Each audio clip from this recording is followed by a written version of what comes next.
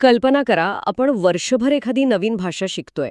म्हणजे सगळी पुस्तकं वाचली, व्याकरणाचे किचकट नियम अगदी पाठ केले आणि ते मोबाईलवरच्या ॲपवर रोज न चुकता सरावही केला. अगदी प्रामाणिकपणे तयारी केली. हो ना. आणि आपल्याला मनातून असं वाटतंय की आपली तयारी पूर्ण झालीय. मग एक दिवस आपण प्रत्यक्ष त्या देशात जातो, एका स्थानिक कॅफेमध्ये जाऊन साधी कॉफी ऑर्डर करायचा प्रयत्न करतो आणि तिथेच सगळा गोंधळ उडतो. शब्दच आठवत नाहीत. अगदी तेच. तोंडातून एकही सलग वाक्य फुटत नाही. मग साहजिकच एक प्रश्न पडतो की आपण ते वर्षभर जे काही करत होतो त्याला खरंच शिकणे म्हणता येईल का? आपण नक्की काय साध्य केलं? तसं पाहायला गेलं तर हा एक अतिशय अस्वस्थ करणारा अनुभव आहे. पण तो खूपच सामान्य आहे.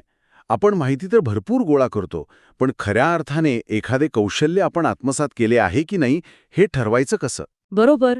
आणि आजच्या या सखोल विश्लेषणात आपण नेमक्या याच प्रश्नाच्या मुळाशी जाणार आहोत. शिकणे ही जी एक अतिशय अमूर्त, न दिसणारी आणि अ, गुंतागुंतीची प्रक्रिया आहे, तिची आपण मोजमाप कसे करू शकतो, हे आपण आज उलगडून पाहणार आहोत. नक्कीच. कारण जेव्हा आपण या मोजमापाचा विचार करतो, तेव्हा आपण फक्त शाळा किंवा कॉलेजच्या परीक्षांबद्दल बोलत नाही आहोत. अच्छा, म्हणजे हा विषय त्याहून मोठा आहे तर? खूपच मोठा. हा विषय आपल्या रोजच्या जगण्याशी खोलवर जोडलेला आहे. तुम्ही एखादा नवीन सॉफ्टवेअर शिकत असाल, गिटार वाजवायला शिकत असाल किंवा अगदी ऑफिसमध्ये तुमच्या टीमला एखादं नवीन काम समजावून सांगत असाल. ट्रेनिंग देत असू तेव्हा. हो, जोपर्यंत आपण काय शिकलो किंवा समोरचा काय शिकला हे अचूकपणे मोजू शकत नाही, तोपर्यंत ती शिकण्याची किंवा शिकवण्याची प्रक्रिया म्हणजे काय म्हणता येईल, केवळ अंधारात मारलेला बाण असतो. म्हणजे हवेत गोळीबार केल्यासारखं. अगदी बरोबर. आणि म्हणूनच आज आपण यामागील काही तांत्रिक सूत्रे आणि सर्वात महत्त्वाचं म्हणजे हे सगळं मोजण्याच्या प्रयत्नात आपण काही महत्त्वाचे गमावत तर नाही होत ना, यावर सविस्तर चर्चा करणार आहोत. चला तर मग या विषयाच्या तळापर्यंत जाऊया. मला वाटतं या प्रवासात आपली सर्वात पहिली अडचण या शब्दांचीच आहे. शब्दांची? म्हणजे कोणती? म्हणजे बघा, रोजच्या बोलण्यात आपण म्हणतो ना, मला तिथे पोचायचंय, हे माझं ध्येय आहे, किंवा अमुक एक गोष्ट साध्य करायची आहे, किंवा हे माझं उद्दिष्ट आहे. मला नेहमीच वाटायचं की हे सगळे समानार्थी शब्द आहेत. तिथेच तर खरी गोम आहे. सामान्य व्यवहारात आपण ते तसे वापरतो हे खरंय. पण जेव्हा आपण शिकण्याच्या प्रक्रियेचे शास्त्रीय आणि आणि शैक्षणिक दृष्टिकोनातून विश्लेषण करतो, तेव्हा साध्य, ध्येय आणि उद्दिष्ट या 3 शब्दांमध्ये जमीन आसमानाचा फरक असतो. बापरे, म्हणजे हे वेगवेगळे आहेत तर? होय, आणि हा फरक समजून घेणं अत्यंत आवश्यक आहे. मग हे आपण थोडं सोप्या भाषेत समजावून घेऊया. हा फरक नक्की काय आहे? आपण साध्ये या कल्पनेपासून सुरुवात करूया. इंग्रजीत ज्याला आपण गोल्स म्हणतो. साध्य ही अतिशय व्यापक स्वरूपाची असतात. ती बहुतांश वेळा एका व्यक्तीची नसतात. ती एखाद्या मोठ्या समाजाची किंवा देशाची असतात. अच्छा. आणि ती नेहमी उच्च आदर्शांशी जोडलेली असतात. एक मिनिट, म्हणजे जर मी म्हटलं की मला पुढील 3 महिन्यात 5 किलो वजन कमी करायचं आहे, तर हे माझं साध्य असू शकत नाही? तांत्रिकदृष्ट्या नाही. ते तुमचं वैयक्तिक ध्येय असू शकतं. पण साध्य हे त्याहून खूप मोठं आणि सर्वसमावेशक असतं. उदाहरणादाखल सांगायचं तर आपण भारतीय राज्यघटनेच्या प्रस्तावनेचा विचार करूया. प्रियांबल. बरोबर.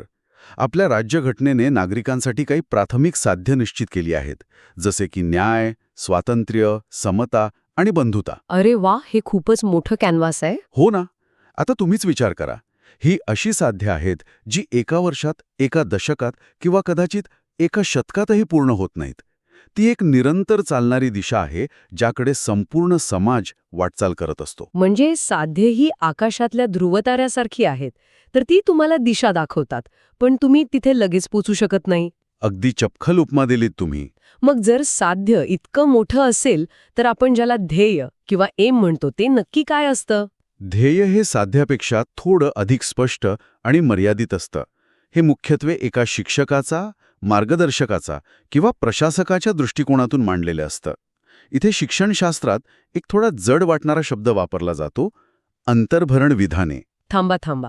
अंतर्भरण विधाने हे ऐकायला खूपच गुंतागुंतीचं आणि एकदम पुस्तकी वाटतंय. याचा अर्थ काय?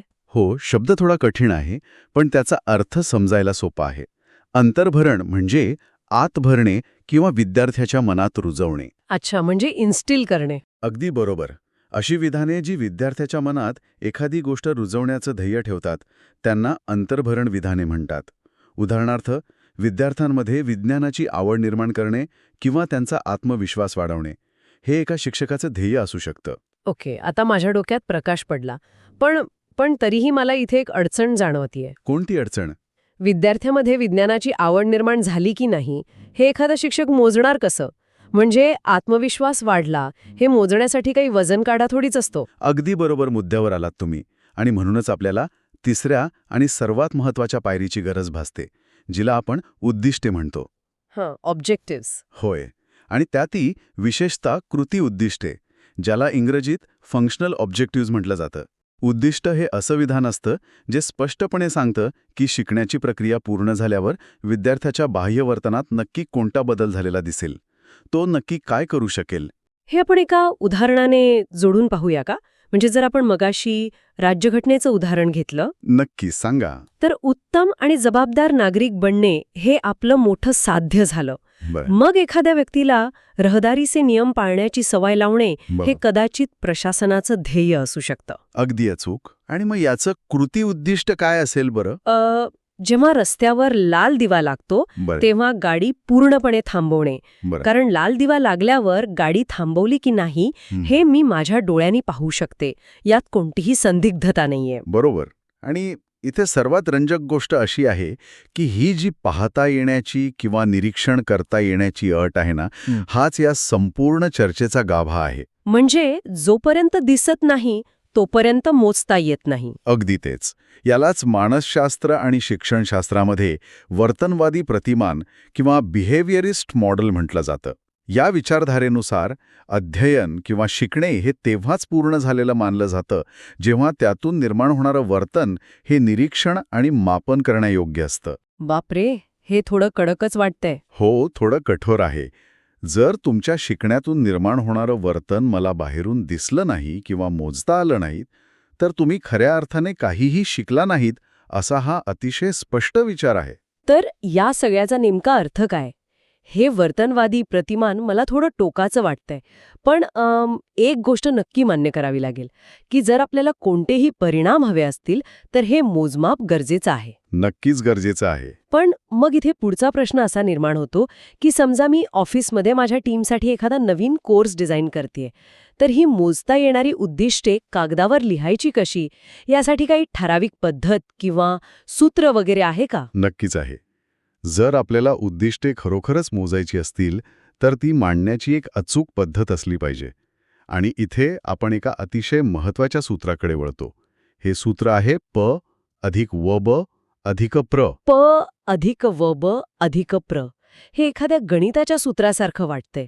मानवी शिकण्याला आपण गणितात कसं बसवणार? याचा अर्थ काय होतो? हे सूत्र मानवी वर्तनाला अचूकपणे मोजण्यासाठीच डिझाईन केलंय.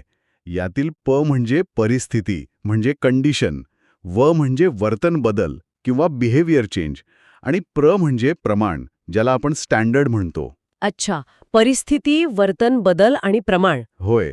तुम्ही कोणतीही गोष्ट शिकवत असाल, तुमचं उद्दिष्ट या 3 निकषांवर घासून पाहिलं पाहिजे. मला हे सूत्र एका प्रत्यक्ष उदाहरणासहित समजावून सांगाल का? आपण एक छोटा प्रयोग करूया. तुम्ही मला एखादं उद्दिष्ट सांगा जे तुमच्या मते खूप चांगलं आहे. ठीक आहे. समजा मी माझ्या ऑफिसमध्ये कर्मचाऱ्यांना एक्सेल सॉफ्टवेअरचं ट्रेनिंग देतेय. माझं उद्दिष्ट असेल, हे ट्रेनिंग संपल्यानंतर सर्व कर्मचाऱ्यांना एक्सेल चांगल्या प्रकारे समजेल. हे कसं आहे? जर आपण या सूत्राचा विचार केला तर हे अतिशय वाईट उद्दिष्ट आहे. अरे छा, असं का? मला तर ते एकदम स्पष्ट आणि चांगलं वाटत होतं. कारण यात तुम्ही समजेल हा शब्द वापरलाय. आता मला सांगा, एखाद्याला एक्सेल समजलंय हे तुम्ही कसं पाहणार? एखादा कॉम्प्युटर स्क्रीनकडे बघून मान डोलावेल म्हणजे त्याला समजलं का? हा, तसे बरेच लोक करतात मीटिंगमध्ये. चेहरा असा करतात की जणू त्यांना सगळंच समजलंय. हो ना. म्हणूनच समजणे, आस्वाद घेणे, माहीत असणे किंवा विश्वास ठेवणे हे शब्द उद्दिष्टे लिहिताना खूप संदिग्ध ठरतात. यातून नक्की काय मोजायचं हे कळत नाही. म्हणजे यात काहीच ठोस नाहीये. बरोबर. याऐवजी आपल्याला कृतीदर्शक क्रियापदे वापरावी लागतात. ॲक्शन वर्ब्स, जसे की लिहिणे, फरक सांगणे, रचना करणे, यादी करणे किंवा ओळखणे. अच्छा, मग माझं एक्सेलचं उद्दिष्ट या प अधिक वर्ब अधिक प्र सूत्रात कसं बसेल? ते असं बसेल. दिलेल्या डेटाच्या आधारे ही झाली परिस्थिती किंवा कर्मचारी पिव्होट टेबल तयार करतील. हा झाला वर्तन बदल किंवा वर्ब. आणि ते कोणत्याही त्रुटीशिवाय 10 मिनिटात करतील. हे झालं प्रमाण किंवा वा, हे खरोखरच खूप स्पष्ट आहे. म्हणजे यात आता कुठलाही गोंधळ उरला नाही. 10 मिनिटात पिव्होट टेबल बनलं नाही तर उद्दिष्ट पूर्ण झालं नाही. सरळ हिशोब आहे. अगदी तसंच. आणि मला आठवतंय, याच प्रक्रियेला समजावून सांगण्यासाठी साहित्यात एक भन्नाट उदाहरण नेहमी दिलं जातं, ते स्कूटर चालवण्याचं. हो, स्कूटर चालवण्याचं उदाहरण एकदम चपखल आहे. म्हणजे जर एखाद्याला स्कूटर चालवायला शिकायचं असेल तर त्याचं मोजमाप कसं होणार? बघा, मला स्कूटर चालवता येते हे खूप मोघम वाक्य आहे. बरोबर. जेव्हा एखादा इन्स्ट्रक्टर हे मोजायला जातो तेव्हा तो संपूर्ण प्रक्रियेचे छोट्या छोट्या कृती उद्दिष्टांमध्ये विभाजन करतो. म्हणजे सोप्या भाषेत सांगायचं तर तो एक चेकलिस्टच तयार करतो. होय, चेकलिस्टच. जसं की 1. स्कूटर स्टँडवरून सुरक्षितपणे खाली घेणे. 2. किक मारून किंवा बटन दाबून ती सुरू करणे. 3. स्कूटरवर व्यवस्थित बसणे. आणि 4. क्लच दाबून अचूकपणे पहिला गिअर टाकणे. बरोबर. आणि 5. समतोल न गमावता पुढे जाणे आणि 8 ह्या आकड्यात गाडी फिरवणे या प्रत्येक छोट्या कृतीचे इन्स्ट्रक्टर निरीक्षण करू शकतो. म्हणजे जर त्या व्यक्तीने क्लच न दाबता गिअर टाकला आणि गाडी बंद पडली तर लगेच समजतं की हे विशिष्ट उद्दिष्ट पूर्ण झालेलं नाही. अगदी बरोबर. म्हणजे आपण एका मोठ्या गुंतागुंतीच्या प्रक्रियेला एकदम छोट्या, मोजता येण्याजोग्या आणि डोळ्यांना दिसणाऱ्या तुकड्यांमध्ये विभागलं. हे ऐकायला खूप वैज्ञानिक आणि अचूक वाटते, पण काय? इथे मला एक मोठा प्रश्न पडतोय. माणसाचं मन हे काही स्कूटरच्या इंजिनासारखं नसताना आपण मानवी शिकण्याचे असे यांत्रिक तुकडे करू शकतो का? हा एक अतिशय महत्वाचा मुद्दा आहे. म्हणजे एखाद्याला एखादी गोष्ट माहीत असणे ही एक अंतर्गत मानसिक प्रक्रिया आहे. ती डोळ्यांना बाहेरून दिसत नाही म्हणून तिला पूर्णपणे नाकारणे आणि फक्त बाह्य वर्तनावरच लक्ष केंद्रित करणे हे मला थोडं अमानवी आणि मर्यादित वाटते. तुम्ही अतिशय अचूक ठिकाणी बोट ठेवलं. आणि जर आपण याला मोठ्या चित्राशी जोडलं तर शिक्षण तज्ज्ञांमध्ये सर्वात जास्त वाद याच मुद्द्यावर होतात. आपण फक्त मोजता येणाऱ्या कृतींचा विचार करत गेलो तर आपण शिक्षणाचा मूळ आत्मा हरून बसू. नक्कीच. पण या समस्येकडे वळण्याआधी ही उद्दिष्टांची साखळी नक्की कशी काम करते हे आपल्याला समजून घ्यावं लागेल, ज्याला शिक्षणशास्त्रात उद्दिष्टांची उच्च-नीच श्रेणी किंवा हायरार्की ऑफ ऑब्जेक्टिव्हज म्हटलं जातं. म्हणजे एका मोठ्या साध्याकडून अगदी छोट्या कृतीपर्यंतचा तो जो प्रवास आहे तो. होय, पण हा प्रवास असा एका झटक्यात होत नाही, तो टप्प्याटप्प्याने होतो. ही श्रेणी अध्यापनशास्त्रीय प्रणालीपासून सुरू होते. म्हणजे तुमची शिक्षणाबद्दलची एकूणच तात्विक बैठक. अच्छा. तिथून ते खाली येतं मोठ्या कार्यक्रमापर्यंत, मग अभ्यासक्रम, त्यानंतर एखादा विशिष्ट घटक आणि सर्वात शेवटी येतात पाठ्यकृती उद्दिष्टे. चा गोल असतो आणि मग कर्मचाऱ्याचा डेली टास्क असतो. तसं काहीसं. हे अगदी उत्तम उदाहरणं दिल्यात तुम्ही. आपण शिक्षणातलंच एक उदाहरण घेऊया. समजा इंग्रजी साहित्याचा अभ्यास हा तुमचा मुख्य कार्यक्रम आहे. प्रोग्राम आहे. बरोबर. त्यामध्ये इंग्रजी सोनेट किंवा सॉनेट नावाचा एक काव्यप्रकार हा तुमचा एका सत्राचा अभ्यासक्रम किंवा कोर्स आहे. आणि समजा त्या अभ्यासक्रमात मला 20 वेगवेगळी सोनिते शिकायची आहेत. अगदी बरोबर. पण जेव्हा तुम्ही सोमवारी सकाळी वर्गात जाता आणि तुमचा शिक्षक एक 20 मिनिटांचा पाठ घेतो तेव्हा ते काही संपूर्ण 20 सुनीते एकाच वेळी शिकवू शकत नाहीत. नाही, ते शक्यच नाहीये. तो तुमचा त्या दिवसाचा पाठ किंवा लेसन आहे. आता प्रश्न असा आहे की त्या एका 20 मिनिटांच्या पाठाचे अचूक कृती उद्दिष्ट कसं असेल? इथे ते प अधिक व अधिक प्र सूत्र कामाला येईल. अगदी बरोबर. शिक्षकाने ठरवलेलं अचूक उद्दिष्ट असं असेल, हे विशिष्ट सुनीत अभ्यासून ही झाली परिस्थिती. विद्यार्थी ते सुनीत शेक्सपियरियन, मिल्टोनिक की पेट्रार्कन यापैकी कोणत्या प्रकारचा आहे ते ओळखतील. हा झाला वर्तन बदल. अच्छा. आणि ते अचूकपणे सांगतील. हे झालं प्रमाण. ओके. आता माझ्या डोक्यात एकदम लख्ख प्रकाश पडला. म्हणजे मोठ्या तात्विक उद्दिष्टांना वास्तवात आणण्यासाठी दररोजच्या 20 मिनिटांच्या पाठात नक्की काय करायचं याचा हा अत्यंत लॉजिकल आराखडा आहे. हो, पण इथेच एक मोठा पेच प्रसंग निर्माण होतो, ज्याला आपण भावात्मक पेच किंवा अफेक्टिव्ह डायलेमा म्हणू शकतो. तुम्ही मगाशी विचारलेल्या प्रश्नाचं हे उत्तर आहे. कोणता प्रश्न? तो माणसाचं मन स्कूटर नसतं हा? हो, तोच. आपण आत्तापर्यंत जी उदाहरणे पाहिली ती ज्ञानात्मक होती, म्हणजे माहिती ओळखणे, फरक सांगणे, किंवा ती मानसकारक होती, म्हणजे स्कूटर चालवण्यासारख्या शारीरिक कृती. हो, या दोन्ही गोष्टी मोजता येतात. पण विद्यार्थ्याला काय वाटतं हे मोजायचं कसं? म्हणजे त्याच्या भावना. होय, ज्याला भावात्मक उद्दिष्टे म्हणतात. समजा एखाद्या शिक्षकाचं उद्दिष्ट आहे की विद्यार्थ्याने कवितेचा आस्वाद घेणे. आता हा आस्वाद तुम्ही त्या प अधिक व अधिक प्रच्या सूत्रात कसा बसवणार? खरंच नाही बसू शकत. आस्वाद घेणे ही कृती मी कशी मोजणार? कोणी डोळे मिटून कवितेचा आस्वाद घेईल, कोणी हसत आस्वाद घेईल, तर कोणी अगदी शांत बसून आस्वाद घेईल. अगदी तसंच. उत्तम नागरिक होण्याची इच्छा प्रदर्शित करणे. आता एखाद्याची इच्छा किंवा एखाद्याची देशभक्ती मोजपट्टीने कशी मोजणार? नाही मोजता येणार. आणि इथेच हे काटेकोर सूत्र कुचकामी ठरतं. काही गोष्टी आपण फक्त आतून अनुभवतो, त्या लगेच वर्तनात दिसत नाहीत. म्हणजे या प्रणालीमध्ये एक प्रकारे मर्यादा आहे हे मान्य केलं जातं. सर्वच गोष्टी गणिताच्या सूत्रात बसत नाहीत. काही गोष्टींसाठी आपल्याला अंतर्गत उद्दिष्टे या संकल्पनेचा आधार घ्यावा लागतो, जे आपण बाहेरून 100% मोजू शकत नाही. बरोबर. आणि यातूनच शिक्षण क्षेत्रातील एक खूप मोठी आणि जुनी चर्चा उभी राहते. उद्दिष्टांचे फायदे आणि त्यांच्यावर घेतले जाणारे प्रखर आक्षेप. एक गोष्ट स्पष्ट करूया, आपण येथे कोणत्याही एका बाजूला बरोबर किंवा चूक ठरवत नाही आहोत. आपण फक्त या परस्पर विरोधी विचारांचे संतुलन राखत विश्लेषण करतोय. हो, कारण दोन्ही बाजूंची युक्तिवाद खूप भक्कम आहेत.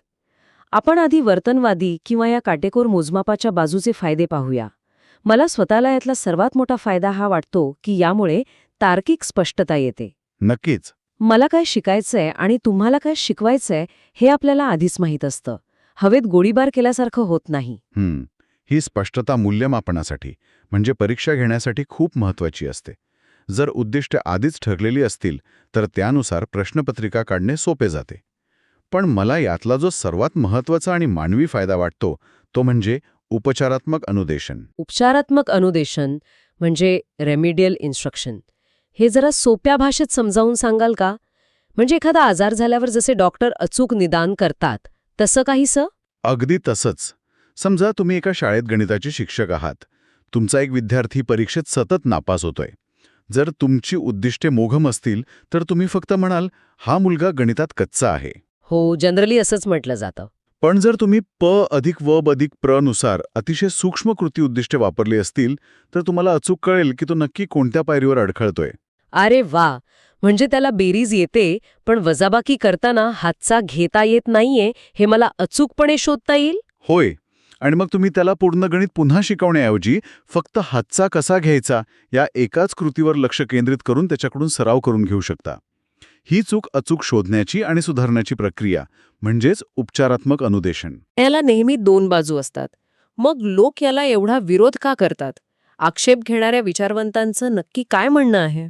विरोधकांचा सर्वात मोठा आक्षेप हा आहे की ही पद्धत शिक्षणाला अत्यंत यांत्रिक बनवते. शिक्षण हा काही कारखाना नाही जिथे कच्चा माल टाकला की ठराविक आकाराचंच उत्पादन बाहेर पडलं पाहिजे. म्हणजे त्यांच्या मते शिक्षण ही एक मुक्त प्रक्रिया असली पाहिजे. हो, एक खूप सुंदर उपमा वापरली जाते. शिक्षणाची तुलना शोध प्रवासाशी केली जाते. व्हॉयेज ऑफ डिस्कव्हरी. वा, हे मला खूप आवडलं. जर मी एखाद्या प्रवासाला निघालीये आणि निघण्यापूर्वीच मला वाटेत काय काय दिसणार आहे, मी कुठे थांबणार आहे आणि शेवटी नक्की कुठे पोचणार आहे, हे जर मी आधीच इंचाने ठरवून ठेवलं तर त्या प्रवासात उत्स्फूर्तता काय राहिली? बरोबर.